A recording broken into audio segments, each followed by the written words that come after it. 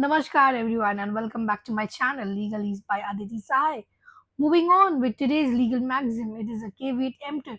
Its literal meaning is let the buyer be aware and it has been derived from Latin.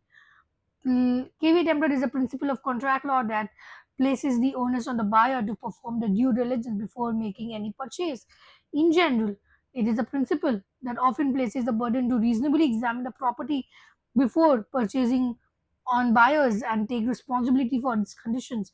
In the commercial transaction principle that the buyer purchases at his own risk in the absence of the express of an express warranty in the contract. The doctrine of caveat emptor is an important aspect in the Sales of Goods Act 1930, ensuring it puts the purchaser himself in the control of their decision.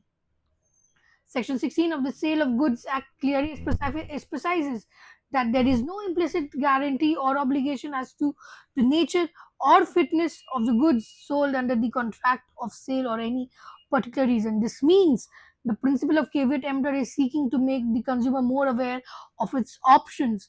It is the buyer's responsibility to test the product's price and utility he is purchasing. If the commodity turned out to be faulty, the retailer is not responsible for the same. Caveat emptor is a fundamental principle in the commerce and contractual relationship between the buyer and the seller.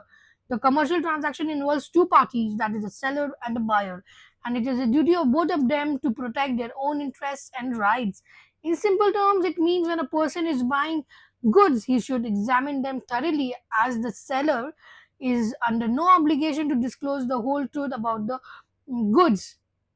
The principle of caveat emptor reflects the view of 19th century towards the consumers. At the time, the interests of the business were prioritized over the interests of the consumers.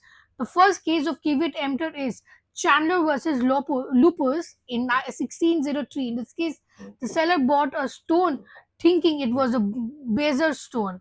The seller bought the stone thinking that it had a magical healing powers. However, the stone turned out to be fake. The seller filed a suit claiming the refund of the amount. However, the court held that the seller had not undertaken any implied warranty of the quality of the stone and the buyer was under the duty to examine the product before purchase. Thus, the seller was under no liability to refund the amount.